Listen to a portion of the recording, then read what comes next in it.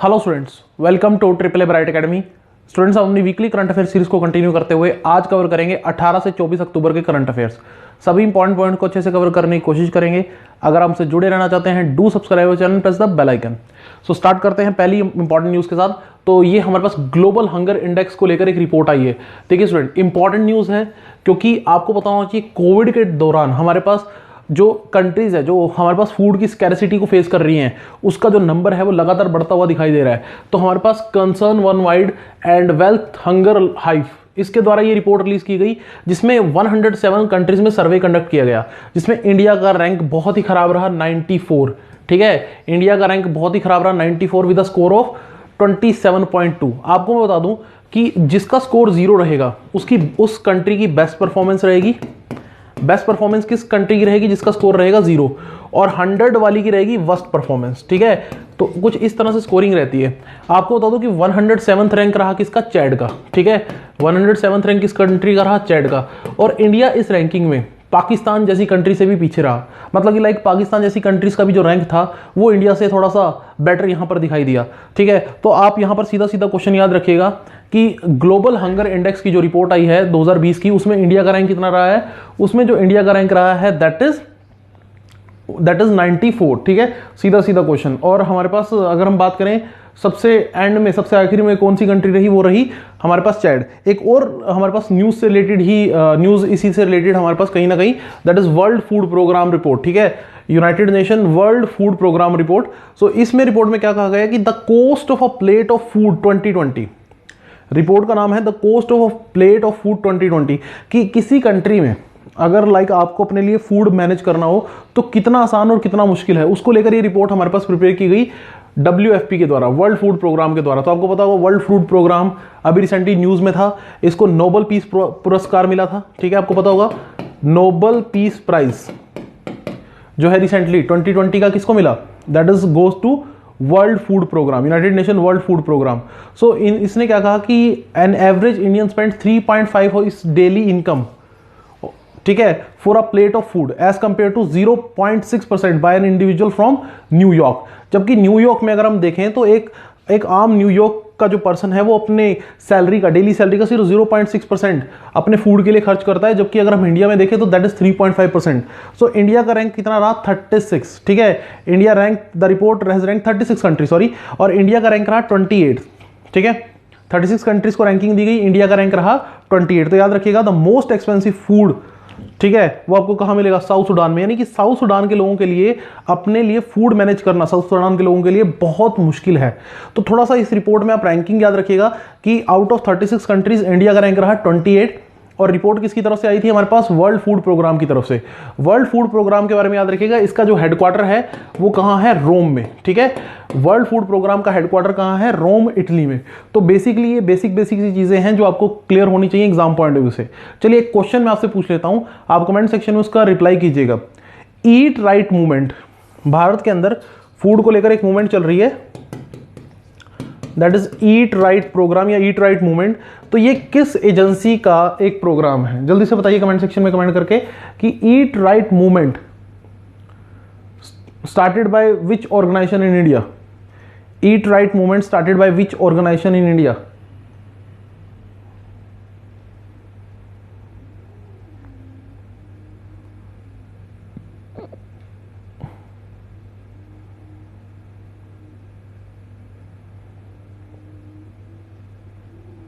Okay, याद रखेंगे students, that is the programme started by FSSAI, food safety and standard authority of India. Correct answer है FSSAI, food safety and standard authority of India. Okay, next, assembly of ISA। So ISA here means what? That is international solar alliance, वो संस्था जिसको India और France ने मिलकर establish किया था। ठीक है, अब यहां पर क्या हुआ है कि इंडिया और फ्रांस को फिर से इलेक्ट किया गया है एज प्रेसिडेंट एंड को प्रेसिडेंट, ठीक है, of this particular agency respectively at the third assembly of ISA। अभी रिसेंटली ISA की थर्ड असेंबली हुई है। अब जो क्वेश्चंस आपको पता होना चाहिए, देखिए ISA जो है इसका जो हेडक्वार्टर है वो हमारे पास गुरुग्राम हरियाणा में है। ठीक है, और ये भारत की पहली अंतर्राष्ट्रीय संस्था है जिसका काम पूरे वर्ल्ड में सोलर एनर्जी को प्रमोट करना है। और आपको बता दूं कि कोविड के दौरान इन्होंने ISA केयर नाम से एक फंड बनाया था। ठीक है, सो ISA केयर्स का जो फंड था उसका यूटिलाइज किया जाएगा सोलर एनर्जी को प्रमोट करने के लिए, just like the PM cares fund. तो किस भारतीय एजेंसी ने, किस अंतरराष्ट्रीय संस्था ने केयर्स नाम से एक फंड बनाया था, ये क्वेश्चन भी आपसे पूछा जा सकता है। So that is by ISA. ISA ने एक प्रोग्राम स्टार्ट किया है, one sun one world one grid, ठीक है, ये भी याद रखेंगे। आईएसए ने एक प्रोग्राम स्टार्ट किया है, one sun one world one grid, ठीक है। सो ये एक प्रोग्राम है जो आईएसए की तरफ से स्टार्ट किया गया है, इंटरनेशनल सोलर अलायंस की तरफ से। सो बेसिकली ये प्रोग्राम आपको पता होना चाहिए किस एजेंसी का है। So that is of international solar alliance, और उपेंद्र त्रिपाठी इसके करंट डायरेक्टर जनरल हैं। आपको बता दूं कि 87 कंट्रीज साइन द फ्रेमवर्क। कितनी कंट्रीज आईएसए का फ्रेमवर्क साइन कर चुकी हैं?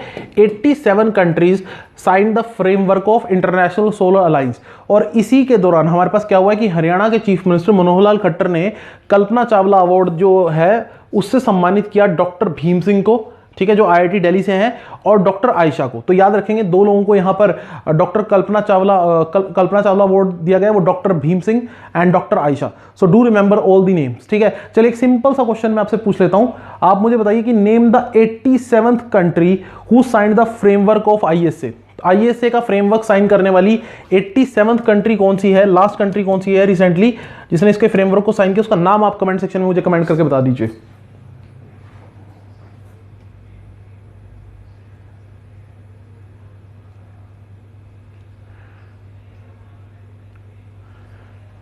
ओके, सही आंसर क्या है स्टूडेंट? सही आंसर याद रखेंगे, सही आंसर है हमारे पास निकारागुआ, ठीक है। So that is the country, 87th country signed the international solar alliance framework recently, ठीक है, तो इसका नाम याद रखेंगे। इसके अलावा फ्रांस आईएसए में एक स्ट्रेटेजिक रोल प्ले करने वाली कंट्री है अपार्ट फ्रॉम इंडिया। तो याद रखिएगा अभी फ्रांस ने क्या किया है, कमिट किया है कि वो 1.5 बिलियन यूरो प्रोवाइड करेगा टू द आईएसए टिल 2022, 2022 तक 1.5 बिलियन यूरो जो है वो कौन प्रोवाइड करेगा? फ्रांस। तो ये भी एक क्वेश्चन आपसे पूछा जा सकता है। एक प्रोग्राम का नाम याद रखिएगा जो आईएसए के द्वारा स्टार्ट किया गया है, one sun one world one grid, ठीक है। चलिए जी नेक्स्ट, कटी बिहू फेस्टिवल सेलिब्रेटेड। अब ये एक बहुत ही फेमस फेस्टिवल है नॉर्थ ईस्ट में हमारे पास, कहां पर? In the state of Assam, ठीक है। असम में हमारे पास फेस्टिवल सेलिब्रेट किया गया, agriculture related festival, that is कटी बिहू, ठीक है। बिहू फेस्टिवल भी यहां पर कहा जाता है इसको, कटी बिहू भी। So Kangali Bihu also known as Kangali Bihu. तो याद रखिएगा all the names are same, Kati Bihu और Kangali Bihu. So that is subjected to which state? That is subjected to the state of Assam, ठीक है। असम में कई सारे हमारे पास इंपॉर्टेंट फेस्टिवल सेलिब्रेट किए जाते हैं। जैसे आपको मैं कुछ फेस्टिवल्स के नाम बता देता हूं जो पेपर में पूछ ले जाते हैं। One of the important festival is Majuli festival. Majuli festival बहुत फेमस फेस्टिवल है असम का, ठीक है। और एक और बड़ा इंटरेस्टिंग फेस्टिवल है इनका, दहिंग पटकाई, ठीक है। फेस्टिवल का नाम याद रखेंगे, दहिंग पटकाई फेस्टिवल, ठीक है। सो ये दो फेस्टिवल हैं हमारे पास, याद रखिएगा, मजोली फेस्टिवल और दहिंग पटकाई फेस्टिवल। दोनों कौन सी स्टेट से रिलेटेड है? दोनों हमारे पास स्टेट से रिलेटेड है, असम से। और मजोली फेस्टिवल का जो संबंध है ये याद रखिएगा, मजोली हमारे पास वर्ल्ड का सबसे बड़ा रिवर आइलैंड है, याद रखिएगा, लार्जेस्ट रिवर आइलैंड, ठीक है। वर्ल्ड का लार्जेस्ट आइलैंड जो Guinness book of world record में दर्ज है, वो हमारे पास कौन सा आइलैंड है? मजोली आइलैंड। चलिए आपसे मैं क्वेश्चन पूछ लेता हूं, सिंपल सा क्वेश्चन, ये जो वर्ल्ड का लार्जेस्ट रिवर आइलैंड है मजोली आइलैंड, ये कौन सी रिवर द्वारा फॉर्म किया जाता है? ठीक है, हाँ जी जल्दी से बताइए, Majuli island formed by which river? Majuli island formed by which river?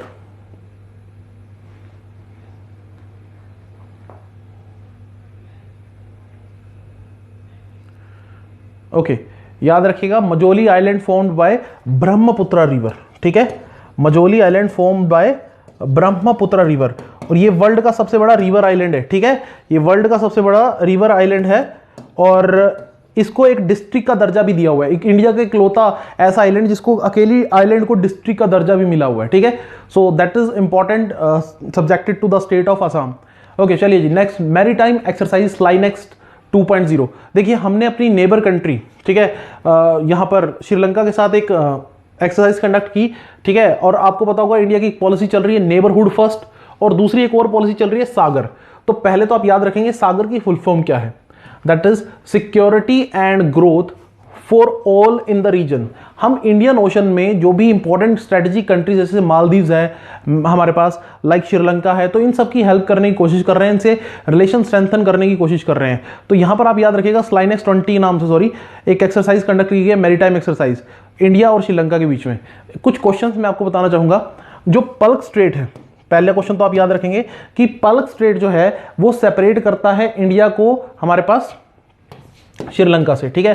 पल्क strait separate India from Sri Lanka, और श्रीलंका को क्या कहा जाता है, tear drop of Indian Ocean. याद रखिएगा किस कंट्री को कहा जाता है, tear drop of Indian Ocean. So tear drop of Indian Ocean किसको कहा जाता है, श्रीलंका को, ठीक है। क्योंकि इसकी जो शेप है आपको देखने को लगेगा कि एक टीयर, एक आंसू की शक्ल में आपको ये थोड़ा सा देखने को मिलेगा। So that's why it is known to be tear drop of Indian Ocean, okay.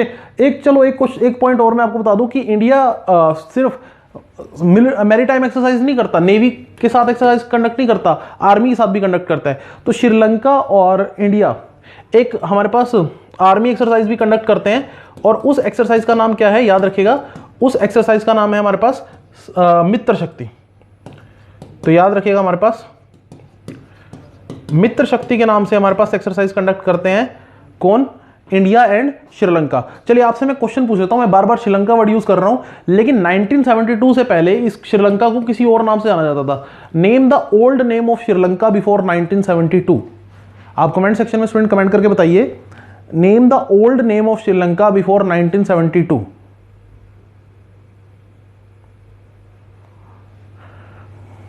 Okay, बड़ा सिंपल सा क्वेश्चन है ऑल दो, ठीक है, पता होना चाहिए आप लोगों को, बिल्कुल सिंपल सा क्वेश्चन याद रखेंगे।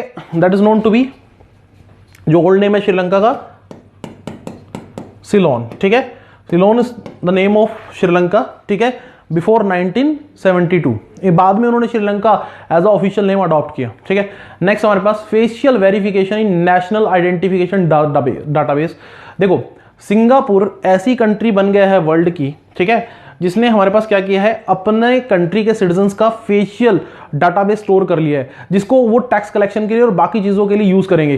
तो इंडिया में देखो आधार कार्ड के अंदर, हम आधार कार्ड के अंदर बायोमेट्रिक का यूज कर रहे हैं, मतलब फिंगरप्रिंट और रेटिना स्कैन तो ले रहे हैं, लेकिन फेस का एक तरह से स्ट्रक्चर स्कैन लेना अभी तक इंडिया में यहां पर वो टेक्नोलॉजी यूज नहीं हो पा रही। लेकिन सिंगापुर वर्ल्ड की पहली ऐसी कंट्री बन गया है जिसने हमारे पास फेशियल वेरिफिकेशन सिस्टम डाल दिया है, ठीक है, सिंग पास, और इसको हमारे पास the function is called SingPass face verification, okay. तो याद रखिएगा सिंग पास फेस वेरिफिकेशन का संबंध किससे है, that is related to Singapore, ठीक है। सिंगापुर बहुत ही इंपॉर्टेंट कंट्री है एशिया में, ठीक है।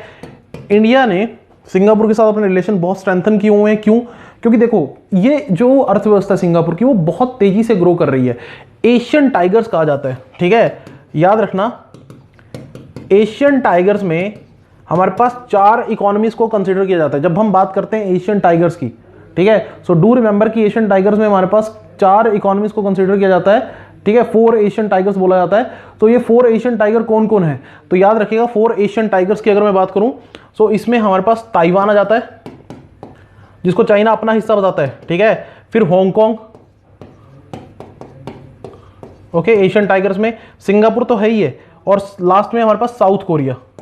तो ये 4 कंट्रीज जो हैं इनको कहा जाता है एशियन टाइगर्स, ठीक है, 4 एशियन टाइगर्स। याद रखिएगा 4 एशियन टाइगर किनको कहा जाता है, Singapore, Taiwan, Hong Kong, South Korea, they are known to be 4 Asian tigers. और सिंगापुर के अगर मैं बारे में बात करूं स्टूडेंट, तो इसके ऊपर आपको कुछ ना कुछ इंडियन इंपैक्ट देखने को मिलेगा। देखो आपको मैं एग्जांपल के तौर पर बताता हूं, आपने कभी सोचा है कि सिंगापुर का नाम कैसे ओरिजिनेट हुआ, तो सिंगापुर का जो नेम है वो ओरिजिनेट हुआ सिंगपुरा से, जी हां, ठीक है, इसका जो नेम है वो सिंगपुरा से ओरिजिनेट हुआ है, ठीक है। संस्कृत में सिंगपुरा का मतलब लॉयन सिटी, तो आपको यहां पर याद रखना है कि ये जो नाम है ना सिंगापुर, वो संस्कृत वर्ड से, ठीक है, लॉयन सिटी से ओरिजिनेट हुआ है, और बाद में ये हमारे पास सिंगापुर के रूप में हमें देखने को मिला।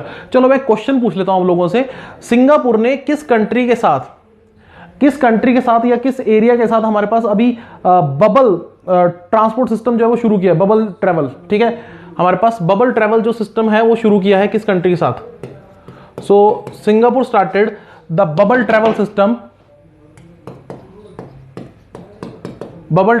विद विच कंट्री, जल्दी से बताओ कमेंट सेक्शन में कमेंट करके।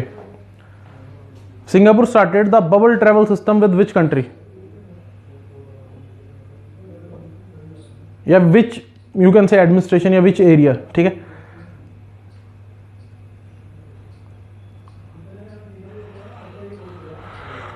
सो दैट इज विद हांगकांग, ठीक है।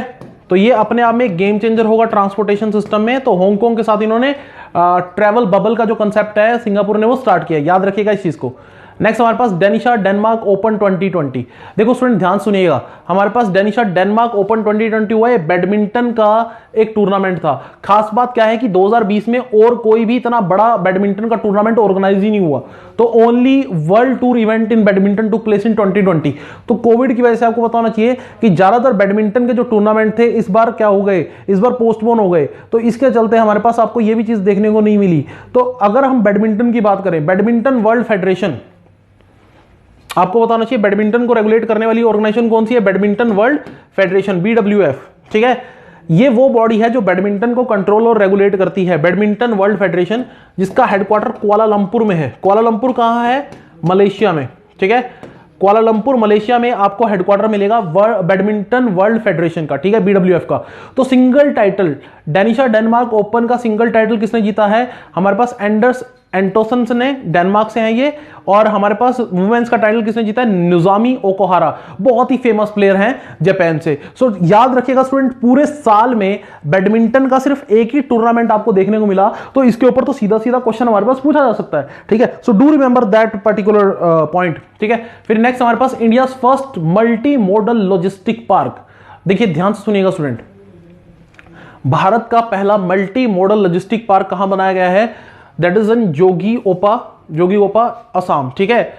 तो अगर हम यहां पर बात करें मल्टी मॉडल लॉजिस्टिक पार्क का मतलब क्या है कि यहां पर रोड से, ठीक है, रोड के थ्रू, प्लेन के थ्रू और हमारे पास रिवर के थ्रू कनेक्टिविटी इस एरिया को दी जाएगी। हाँ जी, एक अलग ही लेवल की कनेक्टिविटी इस एरिया को मिलेगी। और इस पार्क के लिए हमारे पास अच्छा खासा खर्चा भी किया गया है, ठीक है। भारतमाला परियोजना के तहत ये जो हमारे पास पार्क है वो बनाया गया है। अब ये कहां बना है, असम में। देखिए असम की लोकेशन बहुत ही स्ट्रेटेजिक है। कल को हमारी चाइना के साथ कोई भी कंफ्लिक्ट हो जाए तो असम के साथ कनेक्टिविटी बनाए रखना जरूरी है, क्योंकि उसका कनेक्शन हमारे पास उससे, असम से ज्यादातर जो हमारे पास 7 सिस्टर्स हैं उनके साथ कनेक्टिविटी बनाई जा सकती है। तो हमने क्या करना है, एक ऐसा मैकेनिज्म बनाना है कि हमारी जो कनेक्टिविटी है वो हमारे पास जो नॉर्थ ईस्ट की स्टेट्स हैं उनके साथ अच्छे से बनी रहे। तो इसी वजह से इंडिया का first multimodal logistic park कहां बना है, सो ये हमारे पास आपको देखने को मिला है कहां पर, हाँ जी, इन असम। एक चीज मैं स्टूडेंट और बताना चाहूंगा, logistic cost account for 13% value of goods. जी हाँ, आपको सुनकर थोड़ा सा शायद हैरानी हो कि हमारे पास लॉजिस्टिक जो है, ठीक है, हमारे पास जो लॉजिस्टिक्स की वजह से, जो ट्रांसपोर्टेशन की वजह से जो कॉस्ट ऐड होती है, sorry my apologies, 13%, that is 13%। मतलब कि लाइक टेक द एग्जांपल, कोई भी आप गुड्स परचेज कर रहे हो, कोई भी आप चीज परचेज कर रहे हो, उसमें जो 13% जो उसकी कॉस्ट होती है वो लॉजिस्टिक के लिए यूज होती है। मतलब कि, और अगर हम दूसरी कंट्री से इसको कंपैरिजन करें तो दूसरी कंट्री में ये महज 8% है। अगर हम बड़ी यूरोपियन कंट्री से कंपैरिजन करें तो आप देखिएगा कि फॉरेन में, दूसरी कंट्रीज में ट्रांसपोर्टेशन के लिए जो खर्चा करना पड़ता है वो कम करना पड़ता है, इंडिया में ज्यादा करना पड़ता है। तो हमें ट्रांसपोर्टेशन नेटवर्क को अपने थोड़ा अच्छा बनाना पड़ेगा, इंप्रूव करना पड़ेगा, ताकि हम गुड्स के अंदर जो ट्रांसपोर्टेशन की जो चार्जेस है, कॉस्ट है, उसको रिड्यूस करके अल्टीमेटली कस्टमर्स को बेनिफिट पहुंचा सकें। इसी वजह से आपको देखने को मिलेगा कि असम में पिछले कुछ टाइम पीरियड में हमने एयरपोर्ट्स को और अच्छे लेवल पर बनाया है, अच्छे लेवल पर इंप्रूव किया है। जैसे आपको यहां पर मैं बताना चाहूंगा कि हमारे पास लोकप्रिय गोपीनाथ इंटरनेशनल एयरपोर्ट जो है असम का, एक बहुत ही फेमस एयरपोर्ट है, याद रखिएगा नाम, लोकप्रिय गोपीनाथ इंटरनेशनल एयरपोर्ट, ठीक है। और चलिए, असम की बार बार बात हो रही है तो असम के सबसे फेमस पर्सन कौन है, भूपेन हजारिका जी। असम के सबसे फेमस पर्सन कौन है, one of the famous person Bhupen Hazarika. तो आप मुझे स्टूडेंट कमेंट सेक्शन में कमेंट करके बता दीजिए कि भूपेन हजारिका को भारत रत्न मिला था कौन से ईयर में, इन विच ईयर भूपेन हजारिका गोट भारत रत्न। आप जल्दी से कमेंट सेक्शन में स्टूडेंट मुझे कमेंट करके बताइए।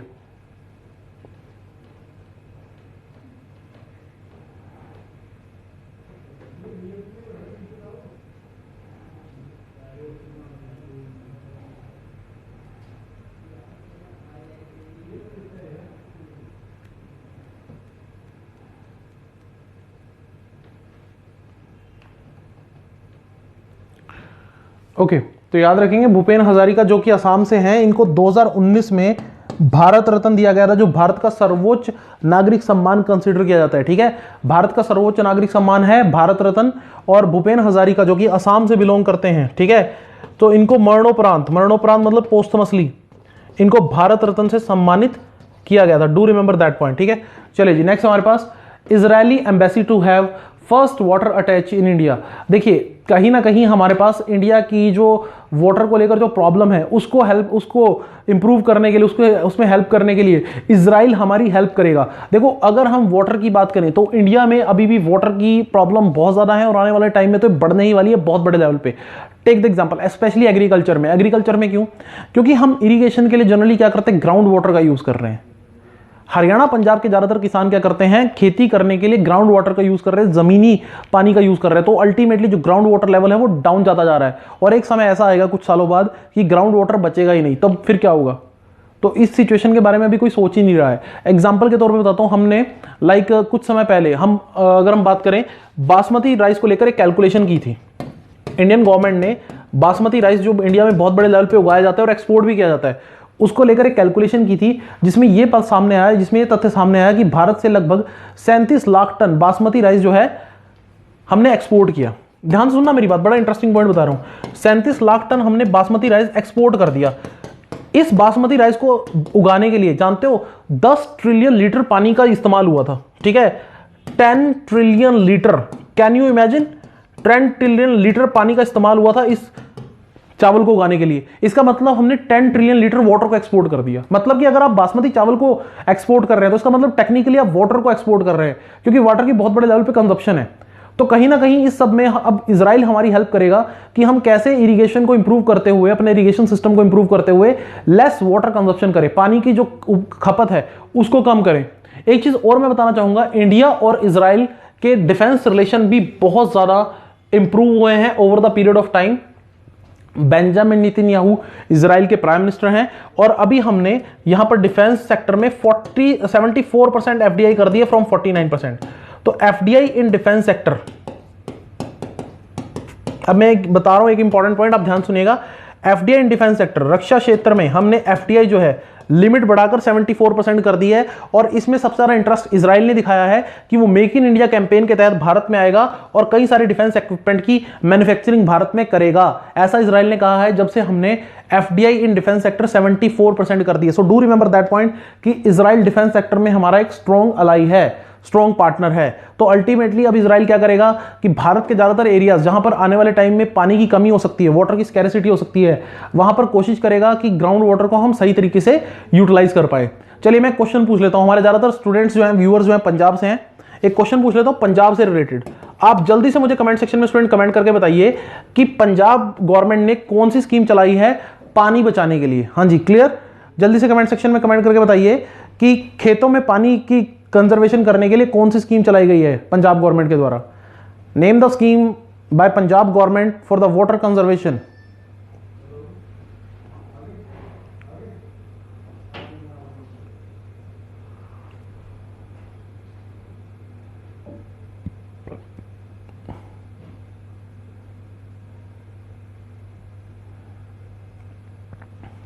ओके, याद रखेंगे पंजाब गवर्नमेंट की जो स्कीम है वो है पानी बचाओ पैसा कमाओ। याद रखना, पंजाब गवर्नमेंट ने वाटर कंजर्वेशन को लेकर कौन सी स्कीम चलाई हुई है?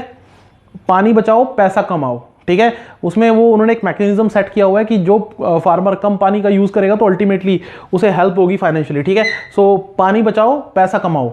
आप स्टूडेंट अगर आप किसी दूसरी स्टेट से हैं तो आप अपनी स्टेट की भी स्कीम कमेंट सेक्शन में कमेंट करके बता सकते हैं कि आपकी स्टेट में वाटर कंजर्वेशन को लेकर कौन सी स्कीम ऑन गोइंग है।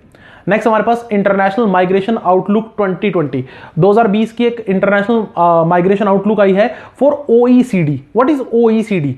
दैट इज, पहले तो फुल फॉर्म याद रखेंगे, organisation for economic cooperation and development. ठीक है, organisation for economic cooperation and development. Whenever we talk about OECD, तो ये ग्रुप है स्टूडेंट जो 1961 में एस्टैब्लिश हुआ था। और याद रखेंगे इसमें कितने मेंबर कंट्रीज है? 37। डू रिमेंबर, इसमें कितने मेंबर कंट्रीज हैं? 37 मेंबर कंट्रीज हैं इसमें।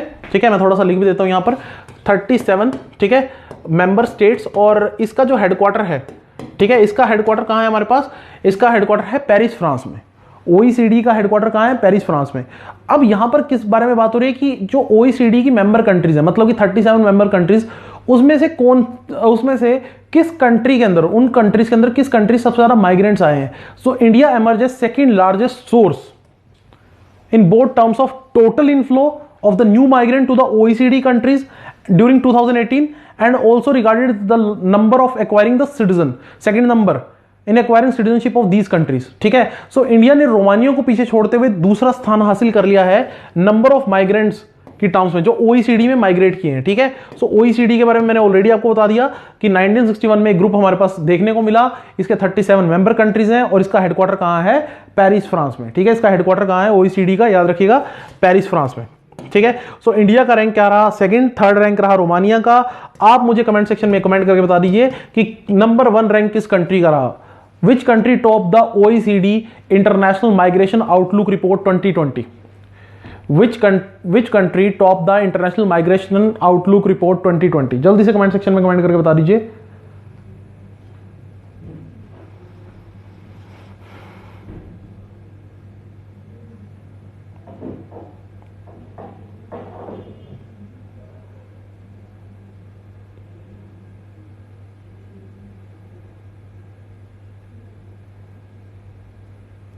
ओके, याद रखेंगे स्टूडेंट, फर्स्ट रैंक रहा किस कंट्री का? फर्स्ट नंबर पे रहा हमारे पास चाइना।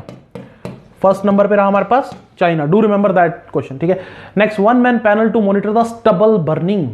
स्टबल का मतलब यहां पे पराली से है। देखिए ध्यान सुनिएगा, पराली को लेकर बहुत घमासान छिड़ता है। होता क्या, देखो ध्यान सुनो, कि दिल्ली में हर साल जब पोल्यूशन बढ़ता है तो दिल्ली के चीफ मिनिस्टर या दिल्ली के जो लोग हैं वो इसके लिए हरियाणा पंजाब के किसानों को जिम्मेदार ठहरा देते हैं कि हरियाणा पंजाब के लोगों की वजह से पोल्यूशन बढ़ा है। लेकिन अभी रिपोर्ट भी आ चुकी है कि ये स्टबल बर्निंग से पोल्यूशन जरूर दिल्ली का बढ़ता है लेकिन उस लेवल से नहीं बढ़ता। ज्यादातर उसके लिए जो रिस्पॉन्सिबल है वो वहां का व्हीकल पोल्यूशन है। तो देखिए, लेकिन फिर भी क्या हुआ कि सुप्रीम कोर्ट ने एक बेंच बना दी है under chief justice Sharad Arvind Bobde ने एक यहां पर डिसीजन लिया कि हम एक कमेटी फॉर्मुलेट करेंगे और इस कमेटी को लीड कौन करेंगे? जज मदन भीमराव लोकर। ठीक है, और ये मॉनिटर करेगी स्टबल बर्निंग को by the farmers of Punjab, Haryana and Uttar Pradesh winter के दौरान। देखो होता क्या है कि हमारे पास जो फार्मर है, जब उन्होंने विंटर जो रबी क्रॉप्स हैं उसके लिए प्रिपेयर करना होता है, मतलब कि जो विंटर में रबी क्रॉप्स उगाई जाती हैं जब उसके लिए प्रिपेयर करना होता है तो उनके पास टाइम कम होता है। तो सबसे चीपेस्ट मेथड क्या है उनके पास स्टबल को खत्म करने का? कि उसको जला दो। जनरली ज्यादातर फार्मर ऐसा करते हैं क्योंकि चीपेस्ट मेथड यही है। रबी क्रॉप्स के लिए अपने फील्ड को तैयार करने के लिए वो क्या करते हैं, वो जो पिछला रेजिड्यू बचा हुआ है, जो पिछला स्ट्रक्चर बचा हुआ है उसको जला देते हैं। लेकिन आपको बता दूं कि इससे फार्मर्स को नुकसान भी होता है। क्या नुकसान होता है? जो हीट है, अब आपने खेत के ऊपर आग लगाई तो जो हीट है वो मॉइस्चर को खत्म करेगी, सॉइल के अंदर जो मॉइस्चर है उसको खत्म करेगी, माइक्रोब्स को किल कर देगी जो फसल की हेल्प करते हैं, और साथ ही साथ हमारे पास कुछ हार्मफुल गैसेस भी एयर के अंदर वो उसकी वजह से देखने को मिलेंगी। तो अल्टीमेटली जो फर्टिलिटी है वो भी सॉइल की रिड्यूस होगी। तो फार्मर को तो नुकसान होता है, एनवायरमेंट को भी नुकसान होता है। गवर्नमेंट को चाहिए कि इसके लिए वो क्या करे, कुछ ऐसा मैकेनिज्म लेकर आए ताकि लोगों को हमारे पास इन सब चीजों में ना पड़ना पड़े। फार्मर की हेल्प करने के लिए कुछ प्रॉपर मैकेनिज्म आना चाहिए। लेकिन अभी के लिए आप याद रखेंगे कौन सा पैनल बना है हमारे पास? ये पैनल हमारे पास बना है, हाँ जी देखिए ये पैनल बना है हमारे पास, इसका नाम याद रखिएगा। कौन लीड कर रहे हैं इस पैनल को? जस्टिस भीमराव लोकर, जस्टिस मदन भीमराव लोकर। और आपको पता होगा पोल्यूशन को मॉनिटर करने के लिए एनजीटी काम करती है। ठीक है, नेशनल ग्रीन ट्रिब्यूनल, इसका भी नाम याद रखना, जो हमारे पास पोल्यूशन और एनवायरमेंट मॉनिटर करने के लिए काम करती है। देखो एक क्वेश्चन मैं यहां पर आपको बताना चाहूंगा कि जब आप हमारे पास स्टबल को बर्न करते हैं, स्टबल को जलाते हैं, पराली को जलाते हैं, तो उसकी वजह से कई सारी गैसेस आपको देखने को मिलेंगी। कुछ पोल्यूटेंट्स देखने को मिलेंगे, जैसे मीथेन आपको देखने को मिलेगी, ठीक है, कार्बन मोनोऑक्साइड आपको देखने को मिलेगी और वीओसी आपको देखने को मिलेगा। आप मुझे स्टूडेंट कमेंट सेक्शन में कमेंट करके बताना what is VOC, the full form of VOC. हाँ जी, जल्दी से कमेंट सेक्शन में आप वीओसी की फुल फॉर्म बताइए। जो आपको पोल्यूटेंट देखने को मिलते हैं, मतलब कि जो चीजें देखने को मिलती हैं आपको स्टबल बर्निंग की वजह से, what is VOC? VOC news में रहता है।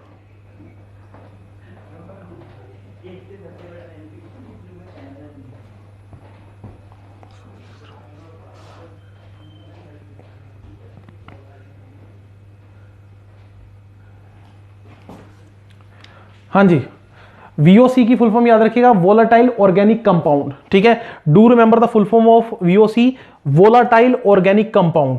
ठीक है, तो ये आपको पता होनी चाहिए फुल फॉर्म। ठीक है, वोलाटाइल ऑर्गेनिक कंपाउंड। चलिए जी आगे चलते हैं। India successfully test fired SANT missile.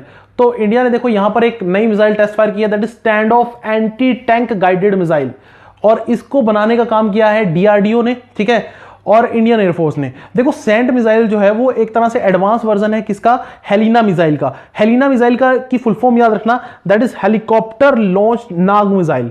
Actually देखो स्ट्रक्चर समझो, क्रोनोलॉजी समझो। नाग मिसाइल बनी सबसे पहले, डीआरडीओ ने एक नाग मिसाइल बनाई जो किसके लिए थी, एक एंटी टैंक मिसाइल थी, टैंक को डिस्ट्रॉय करने के लिए। फिर उन्होंने क्या किया, नाग मिसाइल को मॉडिफाई किया और कहा कि नाग मिसाइल को हम ऐसा बनाएंगे कि इसको हेलीकॉप्टर से भी लॉन्च किया जा सके, तो उसका नाम रखा गया हेलिना, हेलीकॉप्टर लॉन्च्ड। हाँ जी, तो ये हमारे पास हेलिना मिसाइल आ गई, हेलीकॉप्टर लॉन्च्ड नाग मिसाइल, हेलिना मिसाइल इसका नाम आ गया। अब इसी मिसाइल को थोड़ा और मॉडिफाई किया गया और इसको नाम दिया गया SANT, that is full form याद रखेंगे, stand off anti tank guided missile. तो कुछ इस तरह से मिसाइल की एवोल्यूशन हुई है। देखिए मिसाइल्स की अगर हम बात करूं, ज्यादातर मिसाइल्स तो हमारे पास डीआरडीओ ही बनाता है, डिफेंस रिसर्च डेवलपमेंट ऑर्गेनाइजेशन, लेकिन कुछ मिसाइल्स को लेकर बीडीएल भी भारत में काम करता है। याद रखना, कुछ मिसाइल्स को लेकर बीडीएल भी भारत में काम करता है। What is BDL? BDL stand for Bharat dynamics limited. याद रखिएगा, BDL stand for Bharat dynamics limited, ठीक है। सो बीडीएल हमारे पास 1970 में बनी एक ऑर्गेनाइजेशन है, ठीक है, जिसका काम था हमारे पास कुछ इस तरह के वेपन्स तैयार करना जो हमारे पास ज्यादा ही एडवांस हो, सिस्टमैटिकली काफी एडवांस हो। तो अभी आपको मैं एक इंटरेस्टिंग पॉइंट बता देता हूं, एक अच्छा क्वेश्चन बता देता हूं कि बीडीएल और इजराइल मिलकर एक नई मिसाइल पे काम कर रहे हैं, दैट इज अमोग मिसाइल, ठीक है। ये भी हेलीकॉप्टर, ये भी एक एंटी टैंक मिसाइल है। याद रखना, अमोग मिसाइल जो है, अमोग मिसाइल जो है वो एंटी टैंक मिसाइल है, लेकिन इस मिसाइल को जो बनाने का काम कर रहा है, याद रखना, अमोग मिसाइल को जो बनाने का हमारे पास काम कर रहा है वो कौन कर रहा है, बीडीएल, ठीक है, बीडीएल एंड, हाँ जी, इजराइल, ठीक है, Bharat dynamics limited and Israel. So Amog missile is also anti tank missile. आप मुझे स्टूडेंट कमेंट सेक्शन में कमेंट करके बताइए, अगर किसी को पता तो बीडीएल का हेडक्वार्टर कहां है, where is the headquarter of BDL. हाँ जी स्टूडेंट, कमेंट सेक्शन में कमेंट करके बताइए, where is the headquarter of BDL.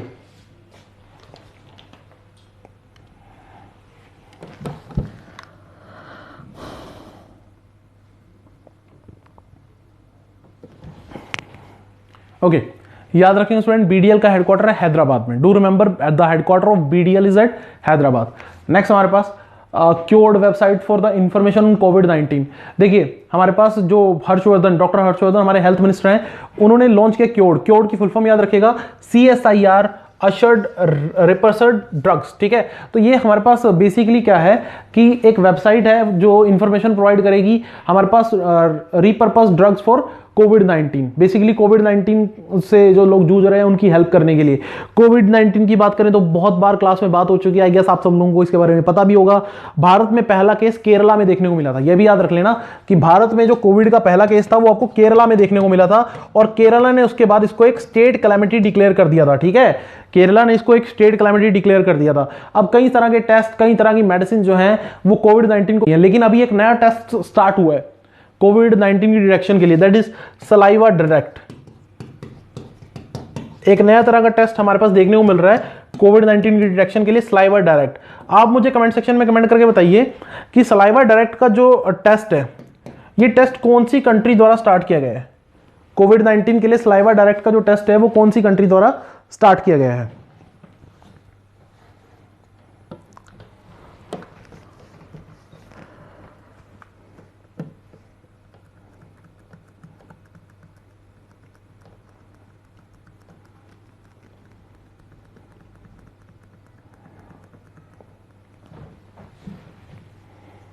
Okay, सो ये हमारे पास टेस्ट स्टार्ट किया है स्टूडेंट सलाइवा डायरेक्ट यूएसए ने, ठीक है। याद रखेंगे ये जो हमारे पास नया टेस्ट है वो कौन सी कंट्री द्वारा स्टार्ट किया गया है, that is started by USA. Okay, next हमारे पास DDCs will be created in Jammu and Kashmir. देखिए मिनिस्ट्री ऑफ होम अफेयर्स ने अब जम्मू कश्मीर को लेकर एक नया हमारे पास प्रोविजन दिया है। एक तो उन्होंने ये कहा है कि ये हमारे पास जो सरपंच और पंचिस को जो अभी तक हमारे पास ऑनरेरियम मिलता था उसको बंद करने जा रहे हैं, ठीक है, पुराने रूल्स को चेंज कर रहे हैं। और इन्होंने कहा है कि हर डिस्ट्रिक्ट में डिस्ट्रिक्ट डेवलपमेंट काउंसिल एस्टेब्लिश करेंगे।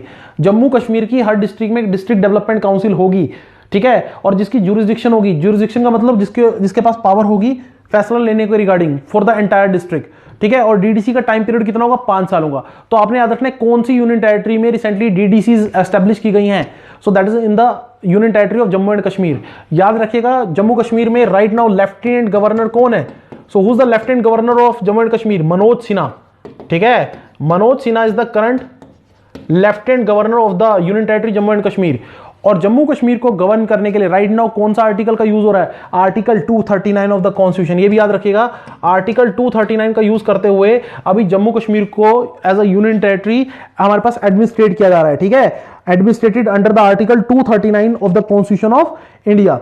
चलिए, अभी ये सब क्यों हो पाया, क्योंकि जम्मू कश्मीर एक यूनियन टेरिटरी बन गया। आपको पता होगा जम्मू कश्मीर एक यूनियन टेरिटरी बन गया है। ठीक है, लद्दाख को इससे अलग किया गया। आप मुझे कमेंट सेक्शन में कमेंट करके बताइए कि Jammu Kashmir became union territory under which act. जल्दी से कमेंट सेक्शन में कमेंट करके बताइए कि Jammu Kashmir became the union territory under which act of the parliament.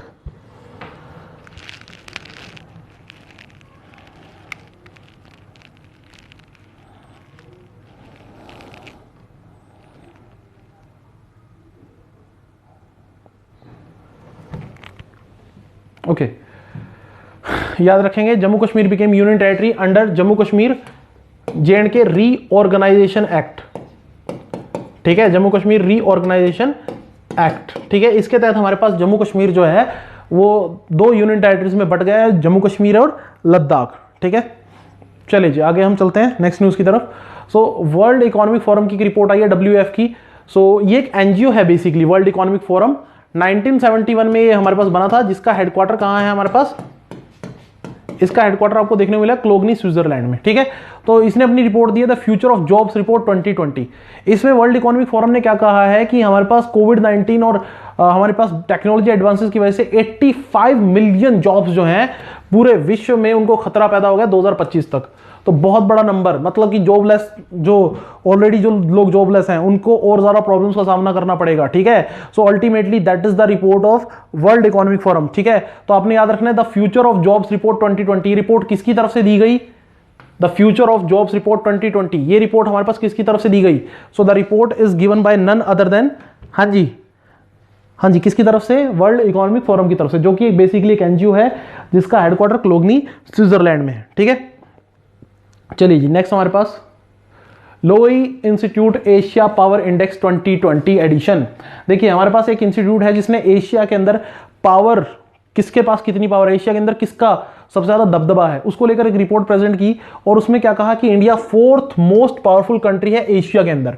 अब आपके दिमाग में क्वेश्चन आएगा कि इंडिया से आगे 3 कंट्रीज कौन सी हैं, तो पहले नंबर पर नो डाउट इसमें है यूएसए।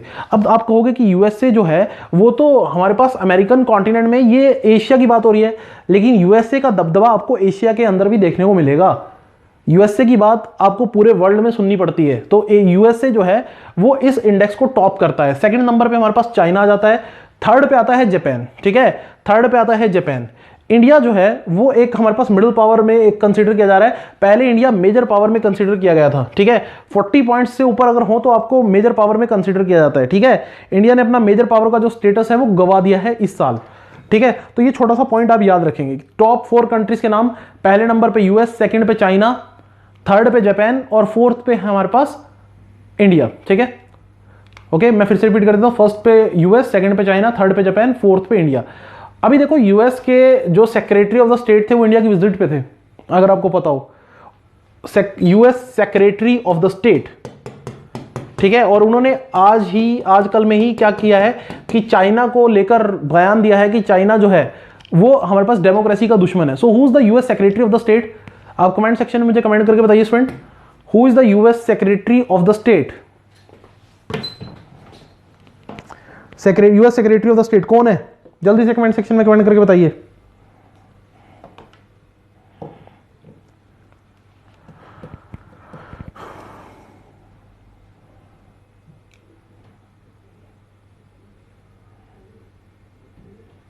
ओके, याद रखेंगे US secretary of the state कौन है, माइक पोम्पियो। ठीक है, Mike Pompeo, he is the US secretary of the state. ये बहुत इंपॉर्टेंट पोजीशन होती है, याद रखेंगे। ठीक है, ऑल्दो यूएसए में इलेक्शन होने जा रहे हैं कुछ टाइम बाद, तो ये शायद पोजीशन भी जल्दी चेंज हो जाएगी। नेक्स्ट हमारे पास सेंट्रल बैंकिंग अवार्ड 2020। तो सेंट्रल बैंकिंग अवार्ड जो है वर्चुअली ऑर्गेनाइज किए गए, तो जो सेंट्रल बैंक है उनको ऑनर करने के लिए, ठीक है। तो यहां पर आप याद रखेंगे कि बैंक ऑफ घाना को बेस्ट सेंट्रल बैंक का अवार्ड मिला है 2020 का। सो बैंक ऑफ घाना, घाना एक कंट्री है कहां पर, अफ्रीका में, ठीक है। अफ्रीका में एक कंट्री है, सेडी इसकी कैपिटल है, याद रखिएगा इसकी कैपिटल जो है, सॉरी सेडी करेंसी है, माय अपोलॉजीज, मैं आपको बता देता हूं, यहां पर एक्रा जो है, एक्रा जो है वो उसकी कैपिटल है, ठीक है, और सेडी है करेंसी। ओके, सो ये आप चीज याद रखेंगे। और एक छोटा सा पॉइंट और मैं बता दूं कि घाना जो है वो फेमस कंट्री है through out the world geography की वजह से। क्यों भाई? क्योंकि एक्चुअली हमारे पास प्राइम मेरिडियन जो है वो घाना से पास करता है। हाँ जी, क्लियर, प्राइम मेरिडियन जो है वो घाना से पास करता है। ओके, तो प्राइम मेरिडियन यानी 0 डिग्री लॉन्गिट्यूड जिसको हम बोलते हैं, ठीक है। सो पहले तो आप ये याद रख लेना कि हमारे पास एक्रा कैपिटल और सेडी करेंसी, ठीक है। चलो अब आपसे मैं क्वेश्चन पूछ लेता हूं, सिंपल सा ज्योग्राफी का क्वेश्चन। प्राइम मेरिडियन जो है, जैसे कि मैंने बताया घाना से पास करती है, ठीक है। So prime meridian passes through how many countries? हाँ जी, जल्दी से बता दो, prime meridian passes through how many countries?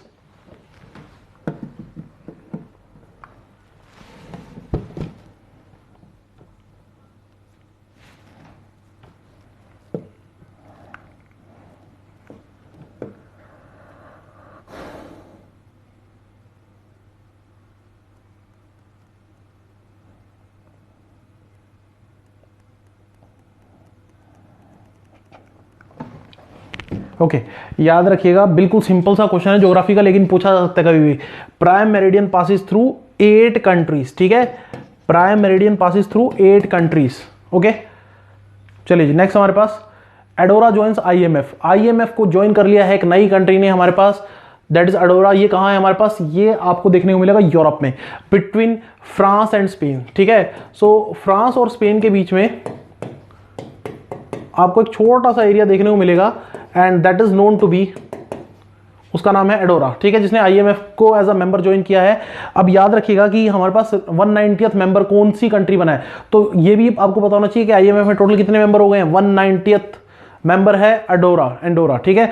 आपको थोड़ा सा आईएमएफ के बारे में पता होना चाहिए। आईएमएफ का हेडक्वार्टर जैसा कि यहां पर मेंशन है वॉशिंगटन डीसी में है, ठीक है।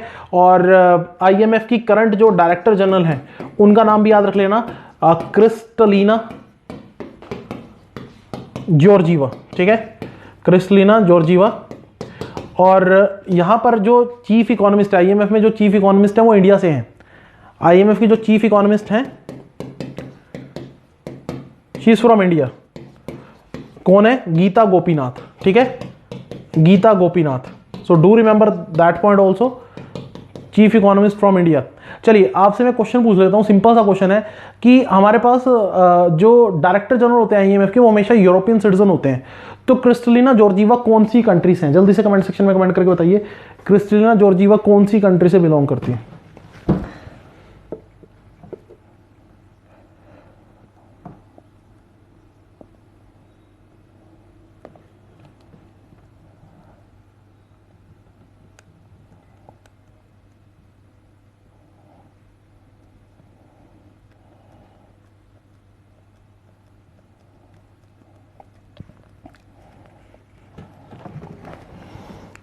याद रखिएगा क्रिस्टलिना जॉर्जीवा कौन सी कंट्री से बिलोंग करती हैं? शी इज फ्रॉम बुल्गारिया, ठीक है। कौन सी कंट्री से हैं?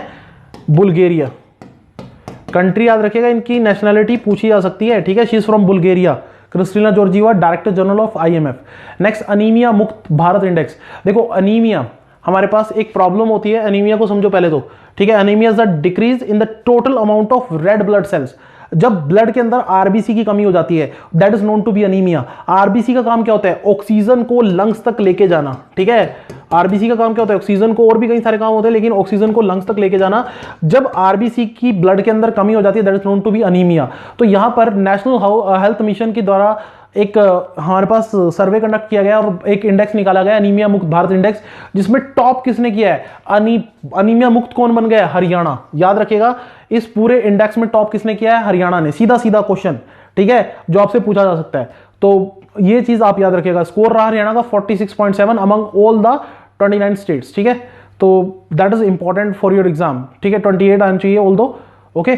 चलो अब से मैं क्वेश्चन पूछ लेता हूं, सिंपल सा क्वेश्चन है। आप मुझे स्टूडेंट कमेंट सेक्शन में ये कमेंट करके बताइए कि B12 की डेफिशिएंसी से, विटामिन B12 की डेफिशिएंसी से किस टाइप का अनीमिया आपको देखने को मिलेगा। आप जरा कमेंट सेक्शन में कमेंट करके बताइए कि B12 की डेफिशिएंसी से कौन सा अनीमिया आपको देखने को मिलेगा।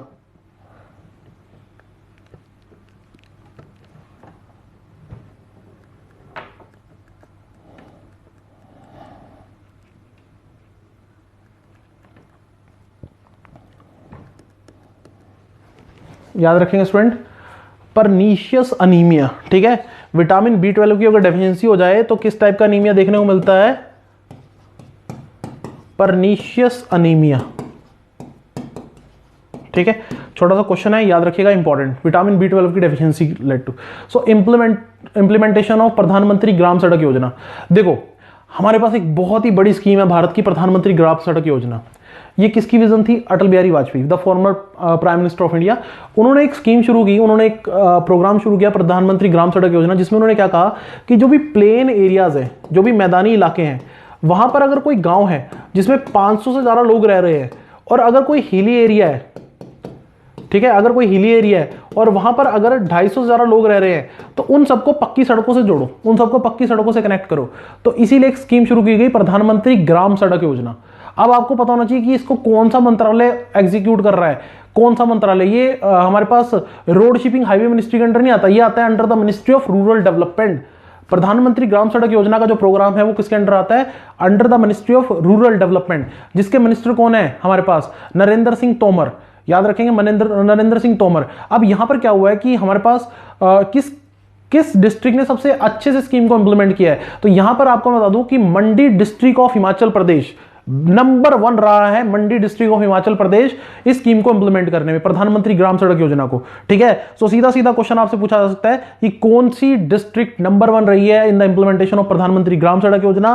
सो that is Mandi district of Himachal Pradesh, ठीक है। और हिमाचल प्रदेश ने भी ओवरऑल बहुत अच्छे से इंप्रूवमेंट दिखाई है प्रधानमंत्री ग्राम सड़क योजना को इंप्लीमेंट करने में। आपसे मैं एक सिंपल सा क्वेश्चन पूछ लेता हूं, प्रधानमंत्री ग्राम सड़क योजना को कौन से 5 ईयर प्लान में लॉन्च किया गया, इन विच 5 ईयर प्लान। हाँ जी, जल्दी से कमेंट सेक्शन में कमेंट करके बताइए, इन विच 5 ईयर प्लान वी लॉन्च्ड प्रधानमंत्री ग्राम सड़क योजना। कौन से 5 ईयर प्लान में प्रधानमंत्री ग्राम सड़क योजना को लॉन्च किया गया।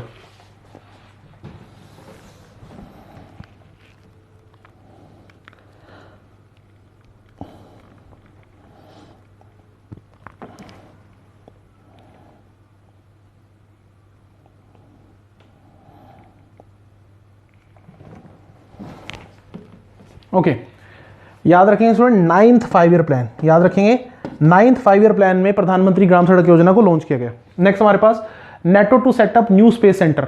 अब नेटो क्या है, नेटो स्टूडेंट याद रखिएगा 1949 में बना एक ग्रुप है, ठीक है, एस्टैब्लिश इन द ईयर 1949, ठीक है। एक मिलिट्री ग्रुप है जिसमें कितने मेंबर कंट्रीज है, 30 मेंबर कंट्रीज हैं, ठीक है। याद रखिए कितने मेंबर कंट्रीज है, 30 मेंबर कंट्री, ठीक है, नेटो के बारे में। सो इसने एक स्पेस सेंटर बनाने की बात की। अब कहोगे इसमें स्पेस सेंटर में क्या बड़ी बात है, एक्चुअली ये 30 मेंबर का जो नेटो ग्रुप है, नेटो की फुल फॉर्म याद रखना, नॉर्थ अटलांटिक ट्रीटी ऑर्गेनाइजेशन, ये उन कंट्रीज का ग्रुप है जो अटलांटिक ओशन के आसपास लाई करती हैं। तो उन्होंने क्या कहा है कि हम एक अपना स्पेस सेंटर एस्टैब्लिश करेंगे, कहां पर, रैमस्टीन जर्मनी में। बेसिकली ये होगा क्या, ये स्पेस ऑब्जर्वेशन करेगा। एक्चुअली अगर आपने देखा हो कुछ टाइम पहले चाइना ने और इंडिया ने हमारे पास क्या किया था, एक हमारे पास मिसाइल लॉन्च करके हमारे पास सैटेलाइट्स को, एंटी सैटेलाइट मिसाइल जो है वो लॉन्च की थी। तो इसका मतलब क्या है कि इंडिया, यूएस, रशिया, चाइना, ये सब क्या करते हैं, ये कर सकते हैं, इनके पास पावर है कि ये सैटेलाइट्स को भी डिस्ट्रॉय कर सकते हैं। तो अब यहां पर टाइम आ चुका है कि अभी तक तो हम आर्मी, नेवी, एयरफोर्स के बारे में सुनते थे, अब से एक नई फोर्स आपको देखने को मिलेगी, that is known to be space force. और इसी को देखते हुए, मद्देनजर रखते हुए, हमारे पास नेटो ने स्पेस फोर्स का एक अलग से डिवीजन एस्टैब्लिश करने की बात की है, एक नया सेंटर एस्टैब्लिश करने की बात की है, कहां पर, रैमस्टीन जर्मनी में। सो ये चीज आप याद रखेंगे, कौन से मिलिट्री ग्रुप ने हमारे पास बात की है कि वो एक अपनी स्पेस फोर्स एस्टैब्लिश करेगा, कि ना स्पेस सेंटर एस्टैब्लिश करेगा। सो दैट इज, ये पीसफुल पर्पस के लिए नहीं है, याद रखिएगा, ये पीसफुल पर्पस के लिए नहीं है, क्योंकि ये डिफेंस ग्रुप्स है बेसिकली। सो ये हमारे पास कहां पर, रैमस्टीन जर्मनी में। नेटो का हेडक्वार्टर याद रखेंगे, नेटो का जो हेडक्वार्टर है, where is the headquarter of NATO, that is at Brussels, Belgium, ठीक है। नेटो का हेडक्वार्टर कहां है, ब्रसल्स, बेल्जियम में। बहुत समय से इसके 29 कंट्री मेंबर थे, अभी रिसेंटली इसके 30 कंट्रीज मेंबर बने हैं, 30th कंट्री मेंबर बने। चलो आपसे मैं वही क्वेश्चन पूछ लेता हूं कि name the 30th member of NATO. हाँ जी, recent member of the group NATO. NATO का जो रीसेंट मेंबर बना है उसका नाम जरा कमेंट सेक्शन में कमेंट करके बताइए।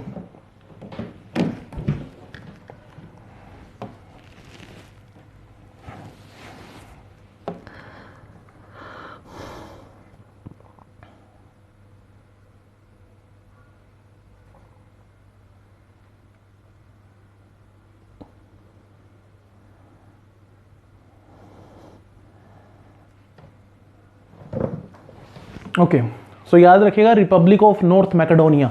रिपब्लिक ऑफ नॉर्थ मैकेडोनिया हमारे पास 30th मेंबर बना नेटो का, ठीक है। और नेटो के लगे हाथ आप हमारे पास हेड का नाम भी याद रख लीजिएगा। वो कौन है हमारे पास? नेटो के जो हेड हैं जीन स्टोल्टनबर्ग, ठीक है, Jens Stoltenberg, current head of NATO, ठीक है। Okay, next, RBI pegs minimum NOF for the HFCs at ₹25 crore. तो आरबीआई ने गाइडलाइन इशू की है हाउसिंग फाइनेंस कंपनीज को लेकर, ठीक है। हाउसिंग फाइनेंस कंपनीज अलग से काम करती हैं भारत में, जो हाउस बनाने के लिए, घर बनाने के लिए लोन प्रोवाइड करती हैं। तो यहां पर मिनिमम नेट ओन्ड फंड जो यहां पर फिक्स किया है वो है 25 करोड़। अब सीधा सीधा क्वेश्चन मेरे पास ये हो गया कि मिनिमम नेट ओन्ड फंड कितना सेट किया है आरबीआई ने हमारे पास नेशनल हाउसिंग कंपनी के लिए? That is 25 crore. सीधा सीधा क्वेश्चन देखो, हाउसिंग फाइनेंस एक बहुत बड़ा मार्केट है भारत के अंदर, ठीक है, घर बनाने के लिए लोन देना। और इसीलिए एक बहुत इंपॉर्टेंट बॉडी भी भारत में काम करती है, NHB, नेशनल हाउसिंग बैंक। जी हां, याद रखिएगा 1988 में एक ऑर्गेनाइजेशन एस्टेब्लिश की गई, नेशनल हाउसिंग बैंक सॉरी, जिसके करंट MD हैं शारदा कुमार होता, ठीक है। करंट MD कौन है? शारदा कुमार होता is the current MD of NHB, National Housing bank. तो याद रखिएगा कि हमारे पास हाउसिंग फाइनेंस को लेकर एक स्पेशलाइज्ड एजेंसी है गवर्नमेंट ऑफ इंडिया की जो काम करती है, ठीक है। और ये हमारे पास किसके किसके रिकमेंडेशन पर बनी थी? On the recommendation of C Rangarajan committee. तो सी रंगराजन कमेटी ने रिकमेंडेशन दी और 1988 में एक ऑर्गेनाइजेशन हमें बनती हुई दिखाई दी, that is NHB, National Housing Bank, ठीक है। ओके, और इसके करंट MD कौन है? शारदा कुमार होता। ओके, चलिए जी आगे चलते हैं। नेक्स्ट हमारे पास chairperson of the governing body of ILO, Apurva Chandra, ठीक है, Apurva Chandra, secretary labour and employment ministry, ठीक है। ये हमारे पास चेयरपर्सन इलेक्ट हुए हैं governing body of the ILO। ये ILO के चेयरपर्सन अपॉइंट हुए, लेकिन गवर्निंग बॉडी के, कंप्लीट ILO के चेयरपर्सन नहीं अपॉइंट हुए, ठीक है, for the period of October 2020 to June 2021. So India assumed the chairmanship of governing body of ILO after 35 year.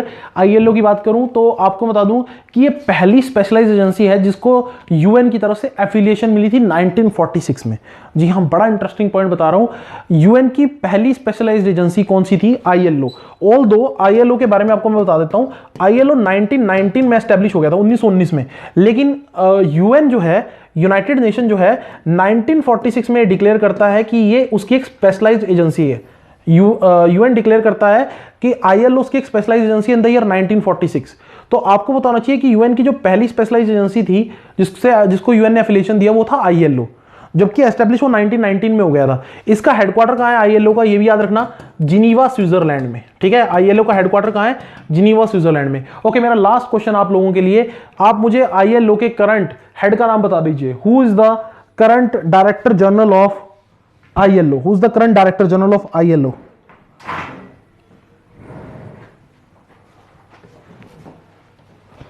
Okay, last question था आज के लिए हमारा। तो current director general of ILO Guy Ryder, ठीक है, Guy Ryder is the current director general of ILO। तो ये था स्टूडेंट आज का वीडियो, आशा करता हूं आपको सब अच्छे समझ आया होगा। Thank you, have a nice day.